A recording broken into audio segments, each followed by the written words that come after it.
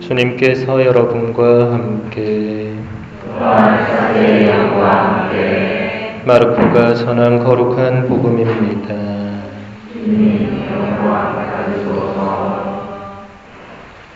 그때에 예수님께서 티로 지역을 떠나 시돈을 거쳐 데카폴리스 지역 한 가운데를 가로질러 갈릴레아 호수로 돌아오셨다.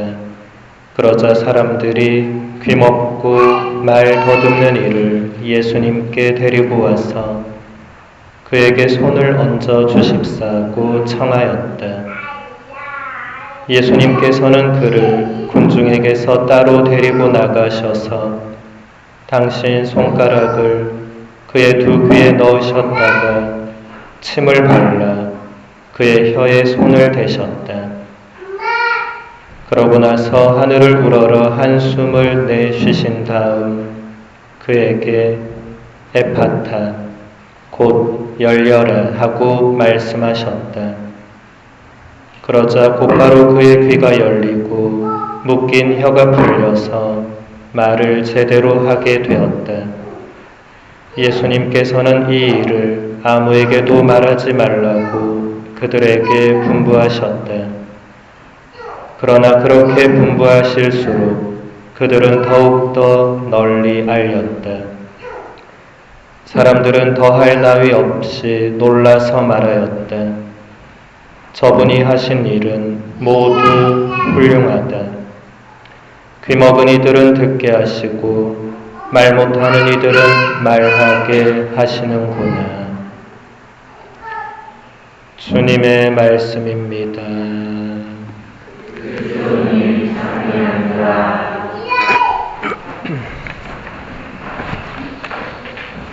참배 예수님, 알바니 성당 교우님들 모두 반갑습니다. 별로 안 반가워하시네요.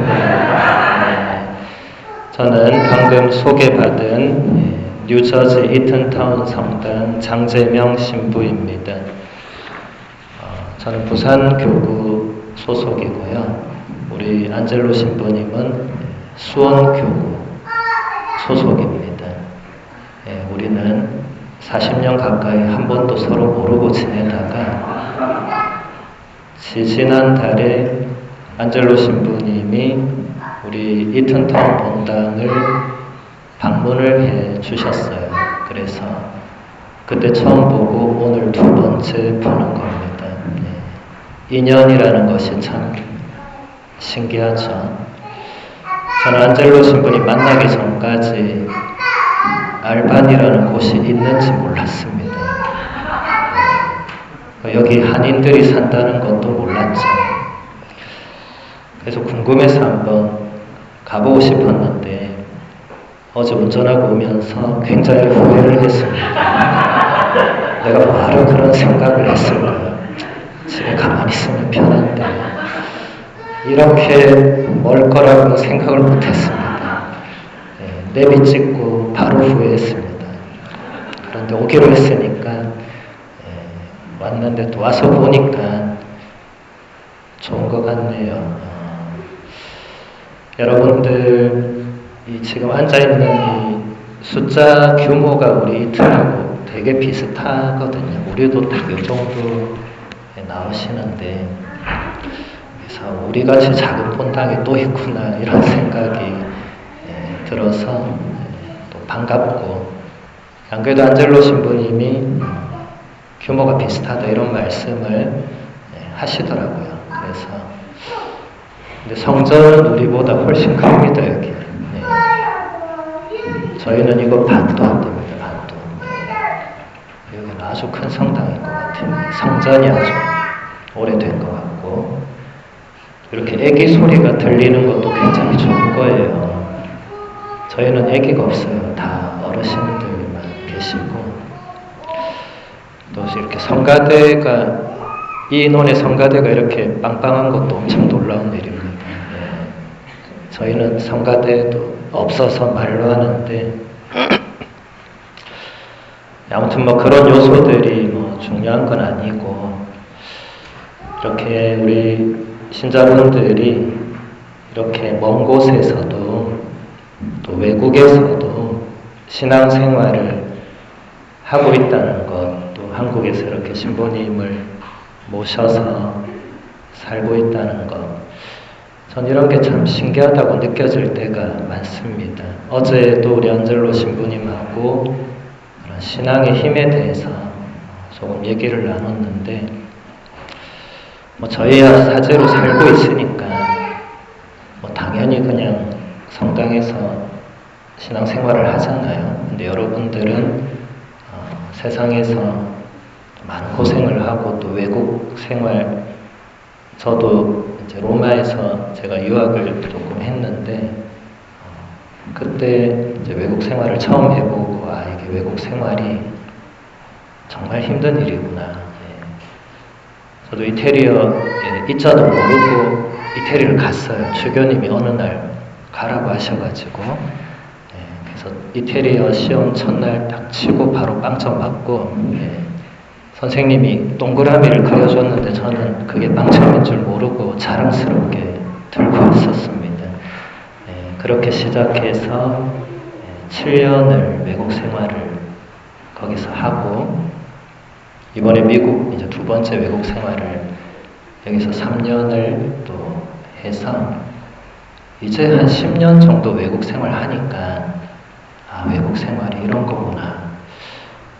그러니까 저보다 훨씬 오래 하신 여러분들은 제가 굉장히 존경해요. 외국 생활 오래 하시는 분들 대단한 분들이다. 거기다 신앙을 또 붙들고 있잖아요. 외국 생활을 하다 보면 뭐 아니면 도가 되죠. 신앙을 버리거나 간절히 붙들거나 둘 중에 하나를 택할 수밖에 없습니다. 근데 버리는 사람이 훨씬 많죠. 그래서 붙들고 있는 분들을 저는 존경합니다. 버린 분들은 다 이유가 있을 거지만 어쨌든 여러분들이 외국에서 이렇게 사는 것, 또 신앙생활 하는 것, 가정을 꾸리고 자녀를 키우고 이런 모든 것들이 정말 힘든 일이라는 것을 잘 알고 있습니다. 하느님께서도 더 알고 계시겠죠. 그래서 여러분들이 하느님께 의탁하면 할수록 하느님께서도 도움을 주실 것입니다. 저는 로마에서 교부학이라는 걸 공부했는데 제가 교부학 얘기하면 사람들이 다 정말 처음 듣는다는 표정으로 지금 여러분들처럼 저를 바라보십니다. 교부라는 단어도 교구하고 비슷하잖아요. 여기 알바니 교구인지 뭐 잘 모르겠는데 교구와 교부는 완전히 다른 거거든요. 교구는 이 가톨릭 교회의 지역 설정 개념입니다. 뭐 알바니 교구가 있고 뉴욕 교구가 있고 뭐 보스턴 교구가 있고 이렇게 되는 거고, 교부는 교회의 아버지라는 표현입니다. 그래서 열두 사도 이후부터 약 7, 8세기까지 우리 교회를 이끌었던 그 지도자, 뭐 혹은 성인, 뭐 주교, 사제, 교황, 뭐 혹은 일반 평신도지만 우리 교회를 이끌고 신앙의 유산을 지켜왔던 그런 분들을 교부라고 해요. 여러분들이 알만한 이름은 아우구스티노, 예로니모, 아타나시오, 이레네오, 그레고리오 뭐 이런 분들이 있습니다. 너무 많아서 제가 다 뭐 열거할 수는 없고 그분들을 제가 이렇게 소개하는 게 저의 사명으로 생각하고 있습니다. 왜냐하면 교부학을 공부한 신부님들이 또 많지가 않으세요. 한 교구에 한 명 정도밖에 없어요. 부산교구도 저밖에 없고 수원교구도 한 분밖에 없어요. 다른 교구도 다 상황은 마찬가지고 이제 그러다 보니까 신자들에게 그런 것을 전할 기회가 잘 없고 아마 이 알바니 성당에는 교부를 공부한 분이 한 번도 오지 않았을 거예요. 제 예상으로는 저희 전에 아마 제가 처음 왔을 거예요. 제가 어딜 가도 다 그렇더라고요. 제가 어딜 가서 교부라고 들어봤어요 하면 한 번도 들어본 적이 없다. 신앙생활 4, 50년을 했는데 단 한 번도 들어본 적이 없다는 분들이 대부분이었습니다. 그래서 저도 사명감을 가지고 이게 어렵고 재미도 없지만 이걸 신자들에게 전해야 된다는 그런 마음이 있어. 제가 공부를 또 했기 때문에 그런 것도 있고. 근데 오늘은 제가 그걸 준비해온 건 아니고 그냥 오늘 보고 왜냐면 신부님하고 얘기할 때 뭐 특별히 뭐 강의를 준비하거나 이런 건 없었고 그냥 강론을 준비하겠다 이렇게 했기 때문에 근데 오늘 복음 강론에서 제가 교부들을 얘기할 거라서 미리 이렇게 말씀을 드립니다. 4세기 교부 가운데 락탄치오라는 분이 있었는데 그분이 오늘 복음 말씀을 이렇게 해설합니다. 주님께서는 귀먹은 이들에게 들을 수 있는 능력을 되돌려 주셨습니다.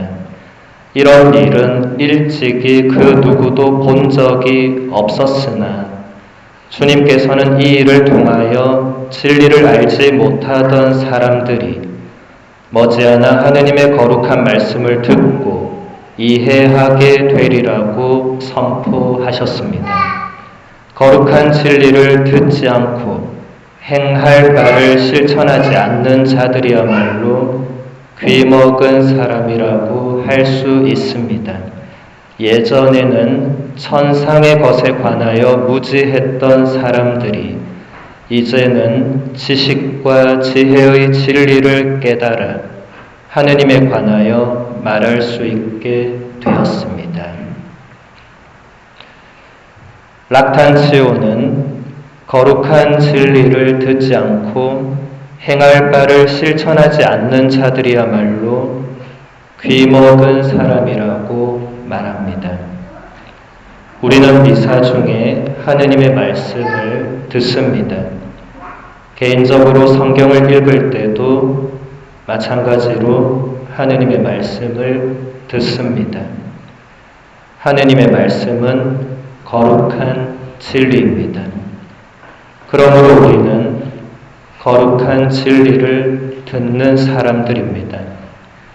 거룩한 진리를 통해서 우리는 무엇을 행해야 할지를 배우고 알게 됩니다.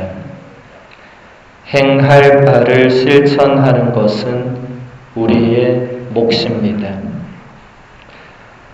락탄치오가 말한 것처럼 거룩한 진리를 듣지 않고 행할 바를 실천하지 않는 사람들이 4세기에도 있었고 지금도 있을 것입니다. 하느님의 말씀에 귀를 기울이지 않고 무심하게 살아가는 것입니다. 하느님께서 오늘 나에게 어떤 말씀을 하시든지 아무런 상관없이 그냥 내 마음대로 내 뜻대로 살아가는 사람들이 있습니다. 그런 사람들이 여전히 귀먹은 사람이라고 할 수 있습니다. 진리의 말씀에 귀를 닫고 있기 때문입니다. 현대인들은 자기가 듣고 싶은 말만 듣는 경향이 있습니다. 듣기 싫은 말은 듣지 않습니다. 하느님의 말씀을 듣다 보면 듣고 싶은 말보다는 듣기 싫은 말이나 어려운 말이 더 많습니다. 그러다 보니 점점 더 듣지 않게 됩니다. 미사 중에 말씀의 전례 때, 분심 중에 머물러 있을 때가 많습니다. 사제의 강론도 내가 듣고 싶은 내용이 아니면 듣지 않습니다. 재미가 없거나 어렵거나 핑계는 다양합니다. 말씀의 전례 때 하느님의 말씀을 듣는 것이 제대로 이루어지지 않은 상태에서 성찬의 전례로 넘어가면 그 결과는 어떻게 되는가? 성체를 모시고 성전 문을 나서면 아무런 변화가 없다. 물론 성체를 영했으니까 예수님과 하나 되어서 일주일을 살아갈 힘을 얻는 신자들이 있습니다.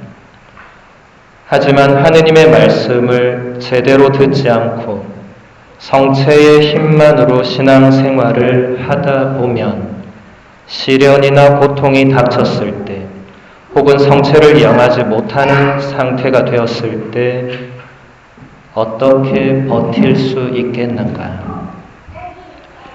오늘 복음에 나오는 귀 먹은 사람은 우리의 모습을 상징적으로 보여주는 인물일 수도 있습니다. 예수님은 당신의 손가락을 그 사람의 두 귀에 넣으셨습니다. 성 그레고리오 교황님은 예수님의 이 행동을 이렇게 해설했습니다. 성령은 하느님의 손가락이라고 일컬어집니다. 주님께서는 당신 손가락을 귀먹고 말 더듬는 이의 귀에 넣으시어 성령의 은사를 통하여 그 사람의 영혼을 믿음을 향해 열어주셨습니다.